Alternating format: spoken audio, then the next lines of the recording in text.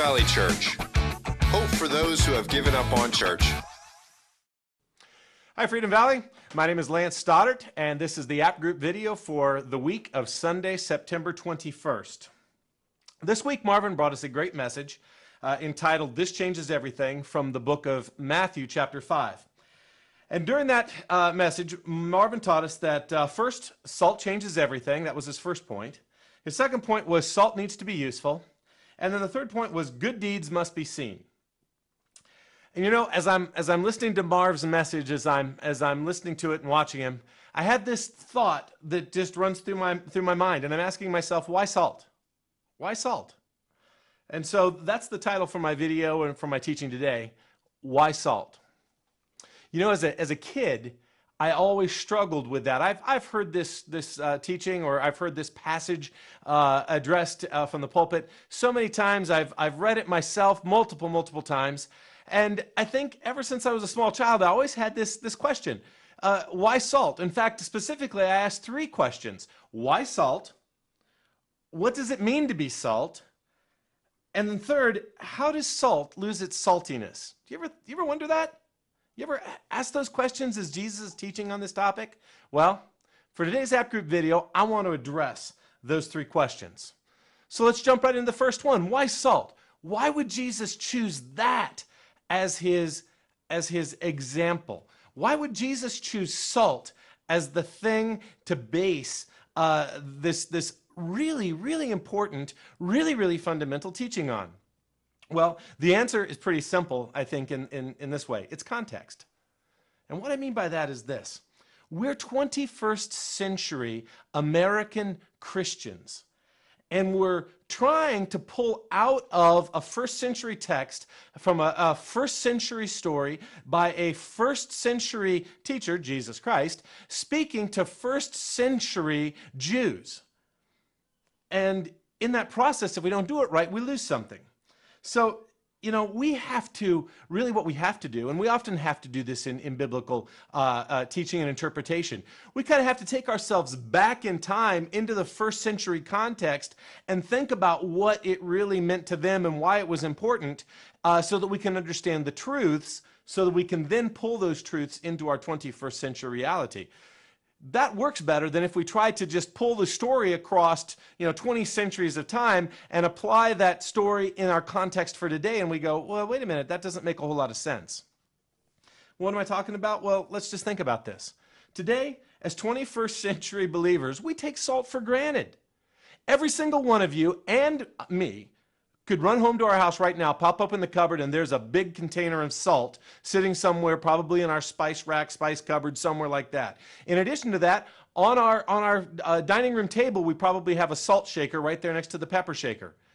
Technology has made salt so easy to come by that we don't really even think about it. I mean, truthfully, most of our food, or much of our food, is already processed, already has salt in it. In fact, your doctor, just like my doctor's told me, probably tells you that you take too much salt in as it is.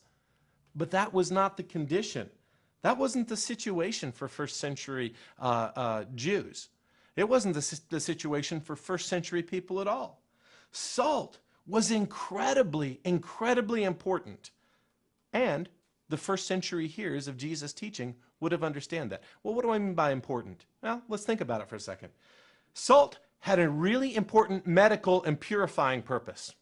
Salt was used by the Egyptians, by the Jews, by the Arabs, by the Persians, by the Greeks, and by the Romans as for medicinal purposes.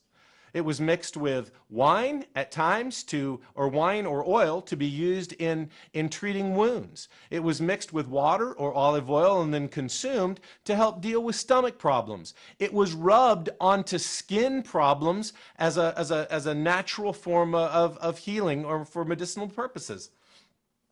You know, it's not that hard for us to envision salt for medical purposes, though, because we still use it today. If you wear contacts, you probably use saline solution. If you've ever had an IV drip in your arm, that was probably saline solution. And there it's used often to help put liquids back into the body for rehydration, or for somebody that has a serious injury that has lost a lot of blood. Saline solution can be a real lifesaver. Or other times, saline solution is used as a medium to deliver other drugs into the blood system. So we're not that far disassociated from salt as in medical purposes. We just don't think about it all that much. But it just wasn't that. Salt was also the primary means of preservation that the first century people living on earth had. So meat, fish, anything that could spoil could be salted, and then that salt had a preserving process. It prevented rapid spoilage of meat or other items. When they were preparing skins to be tanned for leather, they were salted in preparation for that process. So salt also had a preserving or preservative nature. And then, of course, Marvin already mentioned that it was a spice or a flavoring or a seasoning.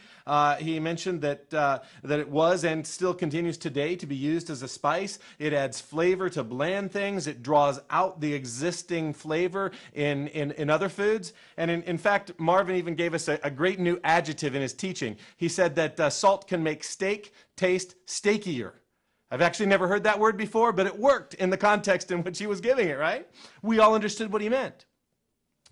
In addition to that, salt was a big part of the fuel that first century Jews in particular and Arabs used in their cooking ovens. What they would do is in a dry and arid area that they lived, wood was a little bit more difficult to come by, but animal dung was very, very prevalent. And what they would do is they would mix salt in with the animal dung to serve as a catalyst, and it would cause it to burn more efficiently, and it would cause it to burn hotter. And so salt was mixed with dung to help them fuel their fires for heat, for warmth, and for cooking. Salt was a form of was a monetary substance. It was money. And Marvin mentioned that the Romans indeed did pay their military troops in salt at one time. Salt was probably one of the first international currencies. There was an incredible salt market, international market, and at a time where different countries and even different cities minted their own monetary forms, their own money, international businessmen of the day would take money from one city, convert it into salt, and then carry it to another city to do business, where they would convert that salt then back into the currency of the local area in which they were trying to make purchases.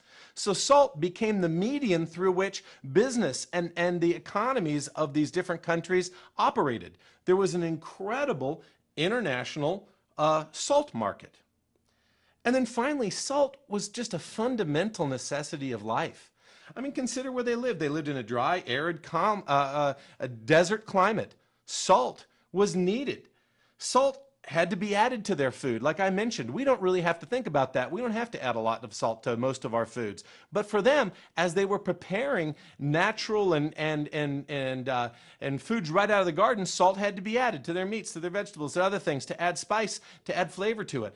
But it was even more than that. Salt was a necessity for life. In fact, just this morning, I was sitting talking to one of our partners here at Freedom Valley, Kyle Lindsay, and Kyle was telling me that he used to work in a metal foundry. And at that metal foundry, he said, they had big containers of salt tablets up on the walls around the foundry room. And right next to it would be big containers of Gatorade. He said, and throughout the day, as you were working and sweating out salt through your perspiration, you would at different times start to feel in your body that you were starting to lose some of the salt content. And so you'd go over and take a few salt tablets out of the containers and a couple drinks of Gatorade, and you were right back on top of it.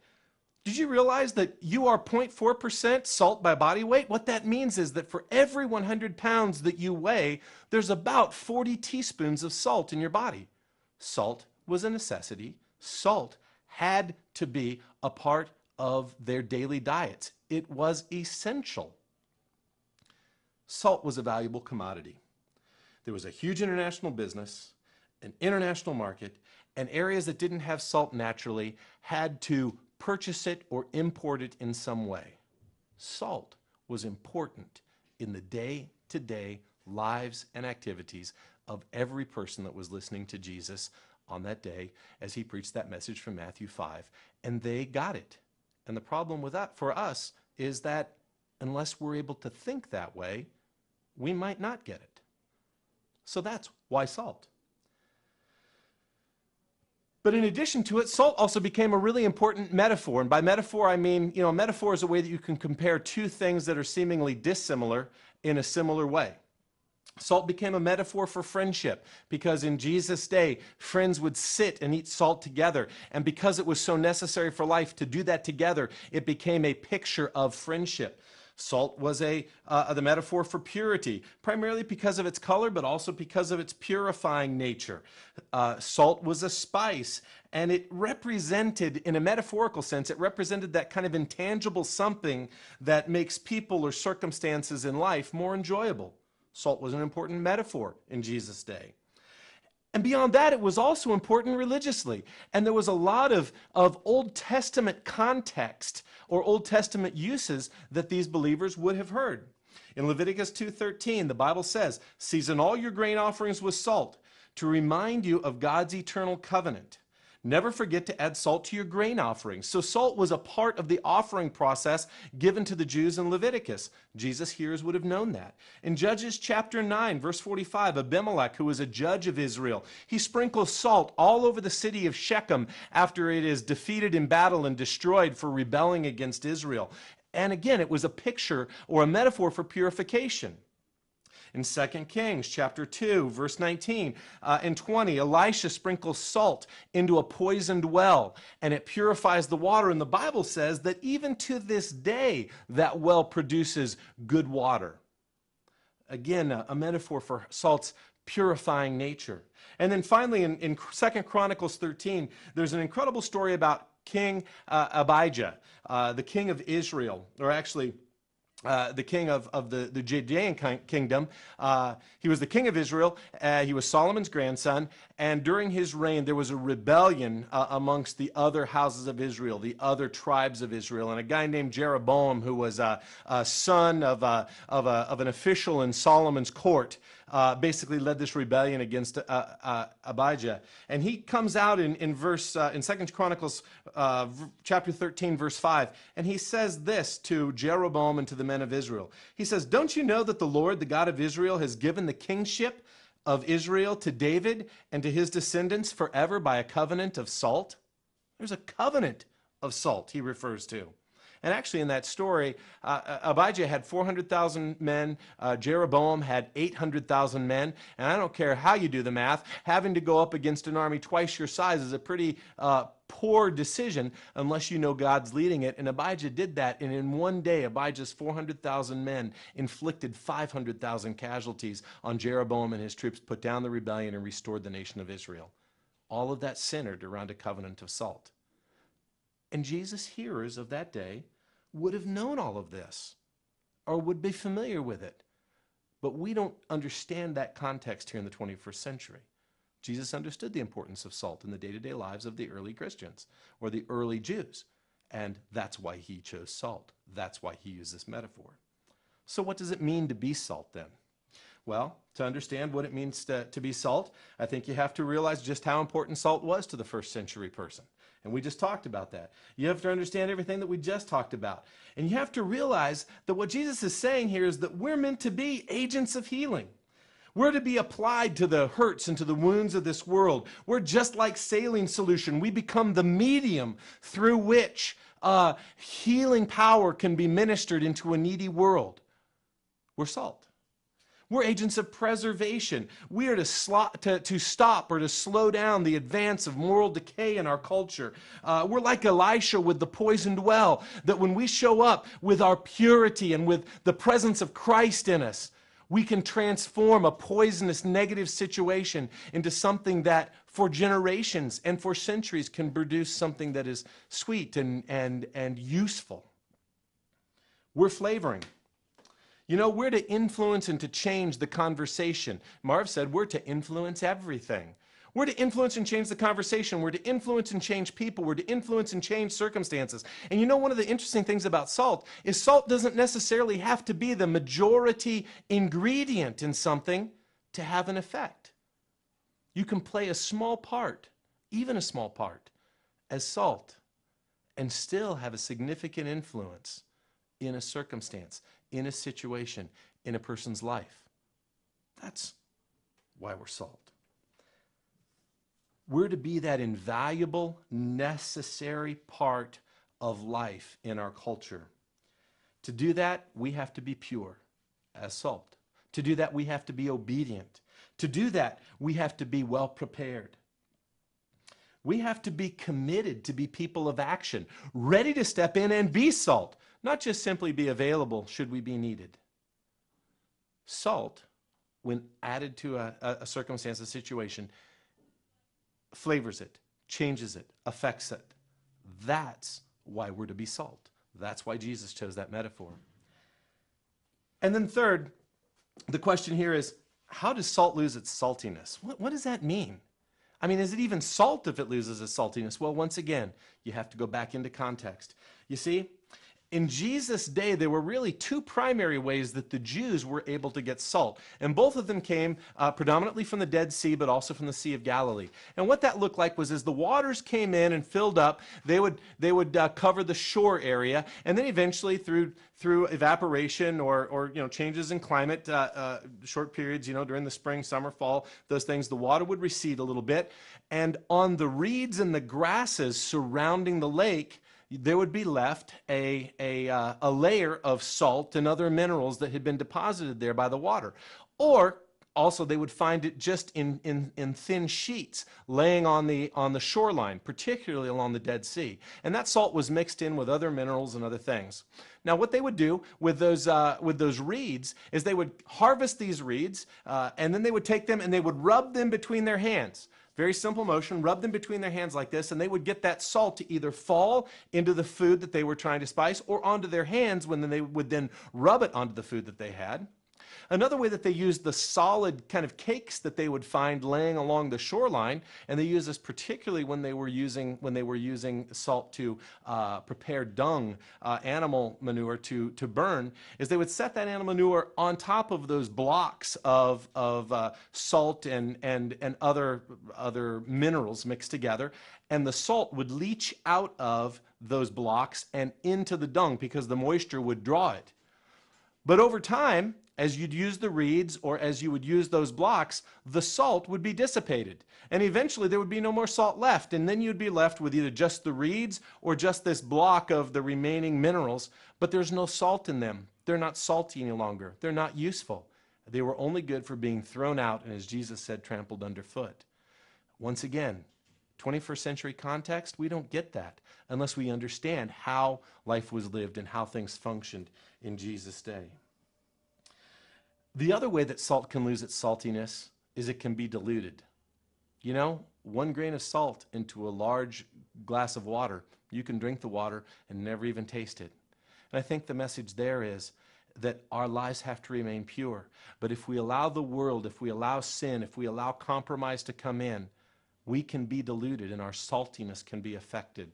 Our effectiveness can be limited. We can lose our saltiness. And then we're just good to be thrown out and trampled underfoot. Pretty bad option. So there you have it. Why salt? It has everything to do with context.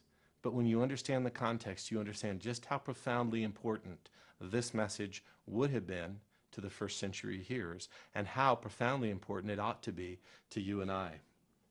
Take some time to talk through the discussion questions. They're in the comment section of this video, and they're also available for download on the App Group's Facebook group or at freedomvalley.org. I'd also be interested to hear your feedback on this or other App Group videos. You can contact me through the Facebook group, or my contact information is also at freedomvalley.org. I'm Lance Stoddard. This is the App Group video for Sunday, September 21st. Thanks for watching.